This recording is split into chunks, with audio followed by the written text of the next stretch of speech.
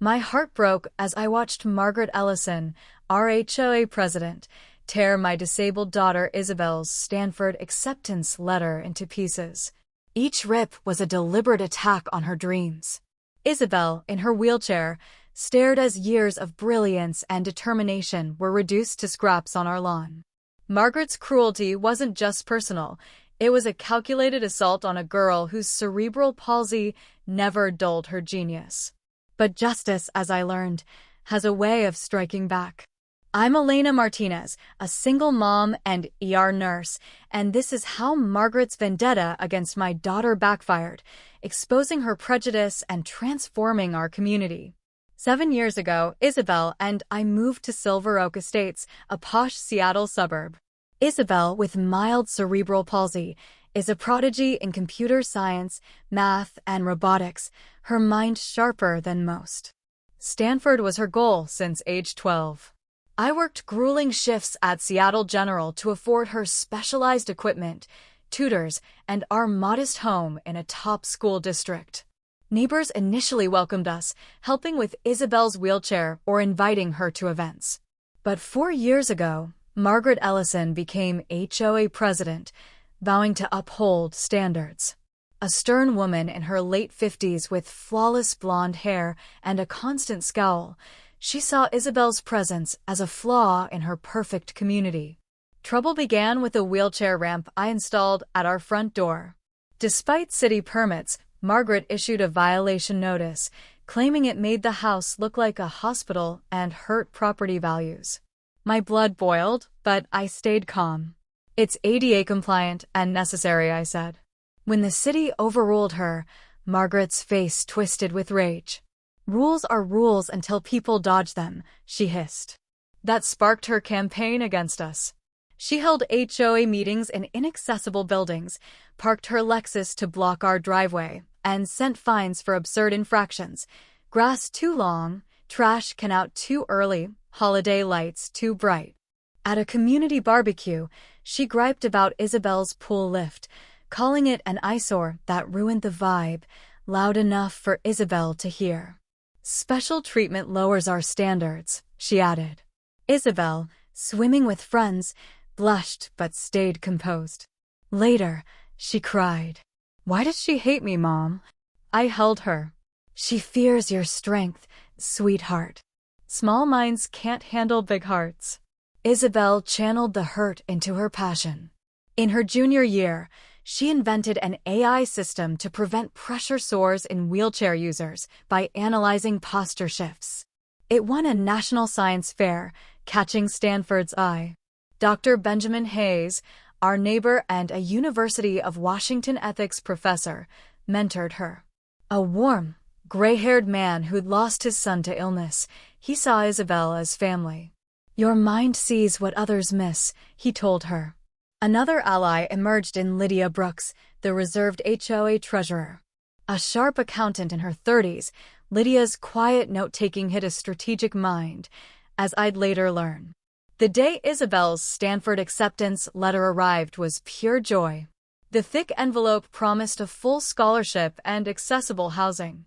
We hugged, tears streaming, her triumph over obstacles, her disability, my tight budget, Margaret's harassment, complete. I planned a small backyard party for Isabel's supporters, friends, teachers, neighbors. Nothing fancy, Stanford-themed cake, balloons, a buffet. That sunny afternoon, Dr. Hayes brought decorations. Isabel's physics teacher gifted a 3D printed Stanford chapel, and neighbors arrived with cards. Isabel wheeled through the crowd, beaming, not the wheelchair girl, but a celebrated scholar.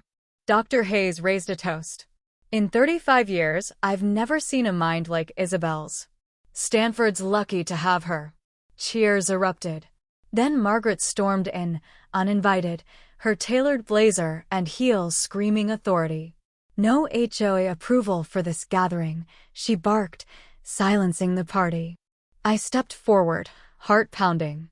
Margaret, it's under 25 people within bylaws. She counted heads, smirking. I see 26, and your music's too loud.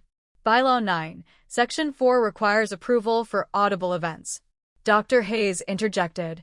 As an HOA board member, I confirm Elena's compliant. Weekend gatherings before 7 p.m. are exempt. Margaret's eyes flashed. She hated being challenged. Her gaze landed on Isabel's acceptance letter, held proudly. What's this? Stanford, she sneered, snatching it. Isabel's face fell. Please give it back, she said softly. Margaret held it up, mocking. Full scholarship? How nice. Quota spots must be easy these days. The yard froze. Isabel's eyes glistened. I surged forward. Give it back now. Margaret ignored me, tapping the Stanford seal. Schools like Stanford are so desperate to look inclusive, they'll take anyone. It's unfair to real students. Isabel whispered, I earned it. Margaret laughed. Did you? Or was it your disability card? Special ramps, special rules, now a special scholarship. My vision narrowed with fury. Enough. Return the letter and leave. Margaret met my eyes, smirked, and slowly tore the letter. Once, twice, 8 times.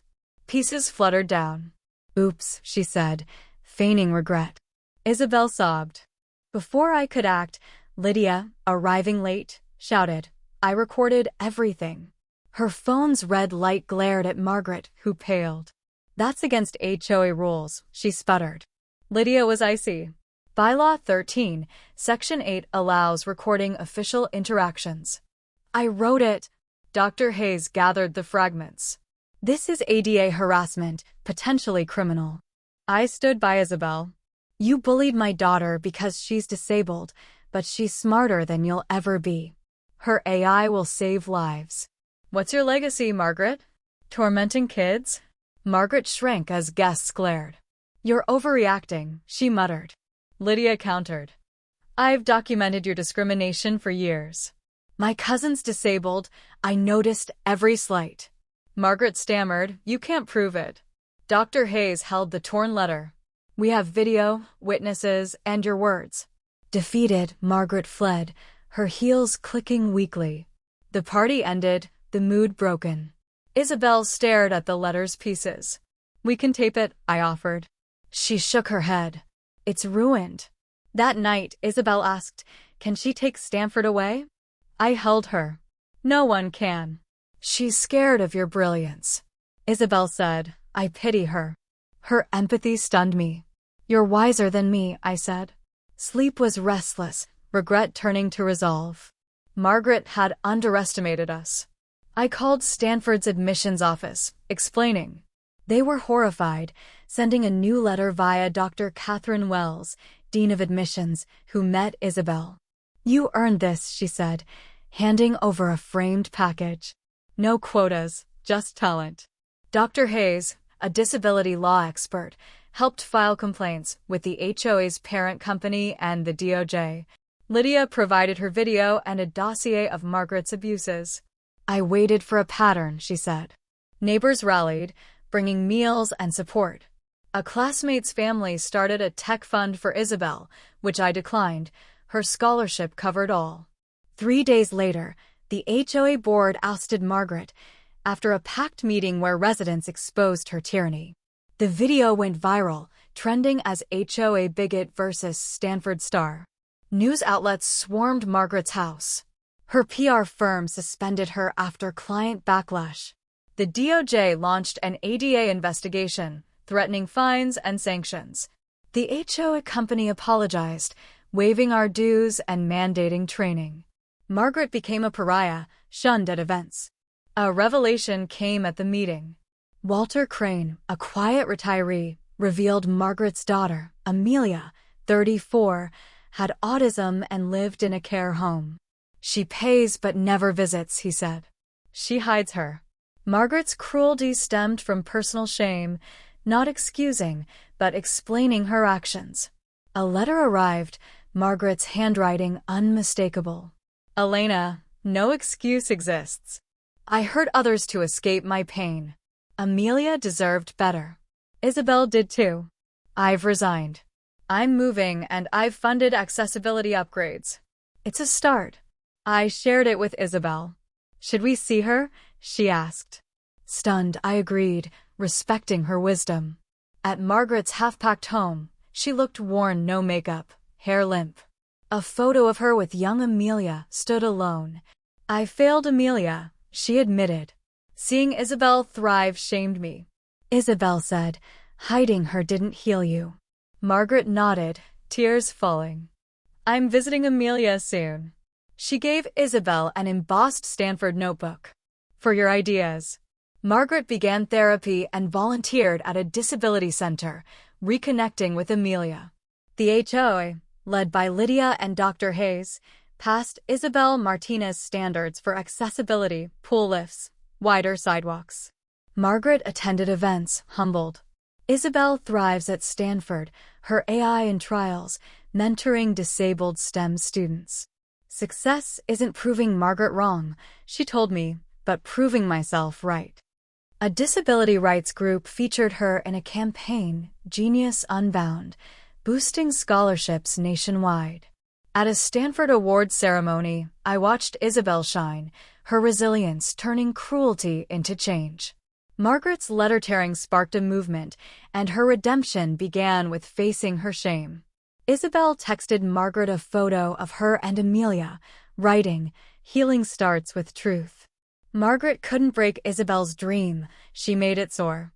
Today, Silver Oak Estates is a true community, accessible and inclusive. Isabel's legacy at Stanford grows, and Margaret's transformation continues. The fight forged bonds, exposed truth, and proved that no one, not even an HOA tyrant, can dim a brilliant mind like Isabel's. Her dream is unbreakable, her impact unstoppable, and our home is stronger than ever.